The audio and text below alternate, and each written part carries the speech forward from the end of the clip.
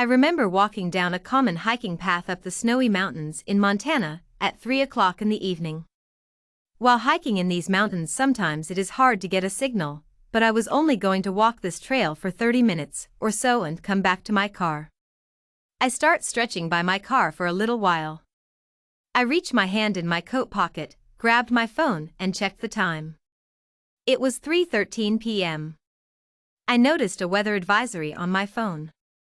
The weather advisory was about a massive winter blizzard in my area. I looked at the sky and it was clear. And besides, it took me 4 hours to get to this snowy hiking trail anyway. I'm not just going to hop in my car and leave. When is the news right anyway, I thought. I put my phone back in my coat pocket and began my hike. It was many nice views of the snow-crested trees and the snowy-covered mountains. After a few minutes of being mesmerized by nature's beauty, I noticed a small pathway off from the main trail. I examined the trail. To me, the pathway seemed like a natural pathway, instead of being a man-made pathway, such as the main one. I take my phone out of my pocket and start doing a snow day vlog for my Snapchat story. In the midst of my Snapchat recording, my phone lost signal. I only knew it would be a matter of time until my phone lost signal.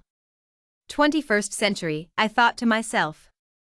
I continued down the pathway and noticed it ended abruptly with a tall forest of snow-crested trees on the other side. Well, I didn't drive 4 hours to just see trees and mountains, I mumbled to myself. With my phone still in my hand, I went to the camera app and just started recording myself walking past the trees from the ending of the pathway. It seemed as the tree stumps got thicker, the more I pressed deeper in the forest. While recording, I noticed a pair of footprints in the snow. I stopped recording and examined the footprints. Upon further inspection, I confirmed that those footprints belonged to a human, but they would have had to pass by this way hours ago, because the footprints are almost filled with snow. I did not think about it too much.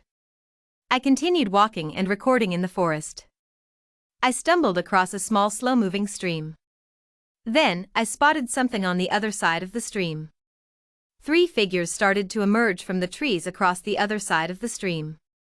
As the 3 figures started to come into view, I noticed that it was 3 deer walking in between the trees of the forest.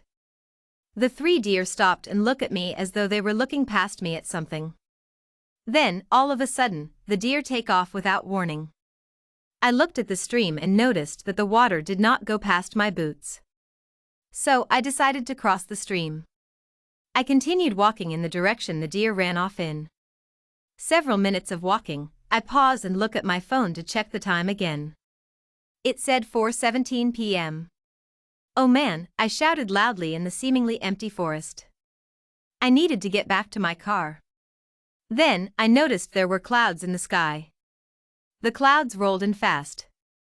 I turned around and started heading in the direction I came from. About 10 minutes went by and then it began snowing. The snow began lightly, but picked up power around 7 minutes in. The sky continued to darken and wind speed increased. I started to panic and picked up the pace. After 5 minutes of lightly jogging between countless trees, I pause for a moment. I take a deep breath to calm my nerves. The snow continued to roar down and block my vision. I need to find help quickly, I desperately thought. I continued walking down past all sorts of trees. After 10 minutes of walking aimlessly through trees, the hard realization hit me. I'm lost. The snow was relentless. It was hard to keep your head up straight to look forward. In order to keep navigating through the forest, I had to tilt my head down and look at the ground. I continued my hopeless journey through the snowy forest, bumping into many rocks and trees along the way. I'm freezing, I thought while shivering. After a couple of minutes of walking, I stumbled into something. Something big. I used my hand to start feeling what I bumped into. Until my hand hits something. I reach into my pocket and take out my phone. I immediately go to the flashlight app. I raise up my phone and noticed a doorknob. I tightly grasped the doorknob and turned. Please help, I'm lost, I yell. No reply. Help, I'm lost, please help, I yelled again. No reply. Lord, please let this door be unlocked, I thought. Unsure if my prayer would be answered. I mustered up the courage and tried to twist the door knob. My wrist continued to twist as well. To my surprise, the door was unlocked. I pushed open the door to the building. With one foot inside the building, I noticed the inside of this building is completely dark. I use my phone's flashlight and enter the building completely. Bam! The door sounds as the wind slams it shut. I start to call out. Hello, anyone here? No reply. My flashlight illuminates my surroundings. I look around and notice the building seemed empty. No furniture, no fireplace, nothing. This place is too clean, I thought. It seemed just like a small cabin in the middle of nowhere. I was still freezing even though I am inside a building. I continued moving my flashlight around to inspect this place thoroughly. Then my flashlight illuminated a window. I looked closer and noticed the window was smashed out, but there was no broken glass around.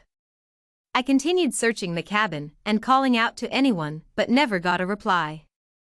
I noticed 3 doorways down a hall. One door on the left. One on the right. One down the middle. The door in the middle was closed, while the ones on the left and right were open. I used my flashlight and searched the left room first. Nothing, it's all empty in there. I checked the room on the right. Same thing. Nothing, all empty. I finally leave this room and stood in front of the closed door in the middle. I twisted the knob and the door creaked loudly. I flashed my light all over the room, checking my corners immediately when entering the room. While stepping into the room, again, I noticed that it was empty. This whole cabin is empty, I mumbled to myself. I go to the wall on the right side of the room and sit against the wall. I guess I can wait out the storm and go back to my car, I thought. I took a look at the clock on my phone and notice it is 5:46 p.m. I sighed and tried to make a phone call to my brother Anthony. But I remembered my phone cannot connect to any Wi-Fi or get a signal out here. I desperately tried making an emergency call, but my phone abruptly turned off. Dang it, I shouted. I guess I'll have to stay the night. This place is enough to keep me out of the elements. I'm pretty sure no one lives here, and it looked like an abandoned place to me at least, I mumbled. No furniture, fireplace, Wi-Fi or food is here.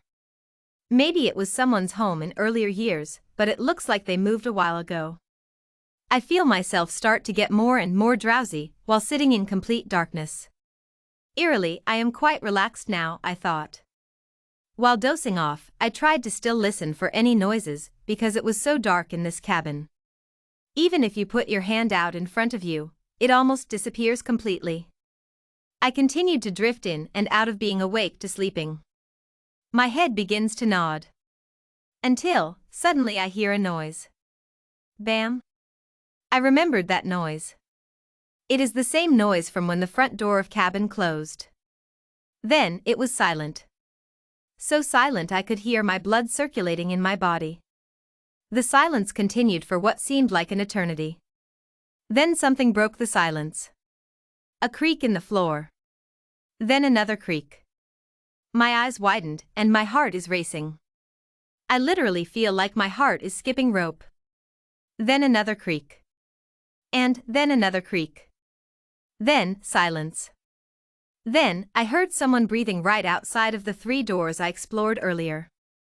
Then I hear it. I know you're in here.